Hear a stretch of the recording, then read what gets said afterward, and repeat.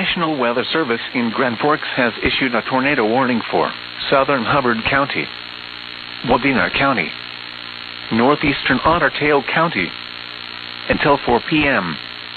At 3:23 p.m., severe thunderstorms capable of producing a tornado were located along a line extending from near Hubbard to near Hillview to near New York Mills, moving east at 25 miles per hour. Hazard: tornado. Source: radar indicated rotation. Impact: flying debris will be dangerous to those caught without shelter. Mobile homes will be damaged or destroyed. Damage to roofs, windows, and vehicles will occur. Tree damage is likely.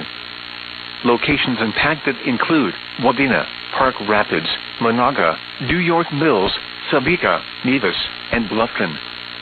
Take cover now. Move to a basement or an interior room on the lowest floor of a sturdy building. Avoid windows. If you are outdoors, in a mobile home, or in a vehicle, move to the closest substantial shelter and protect yourself from flying debris.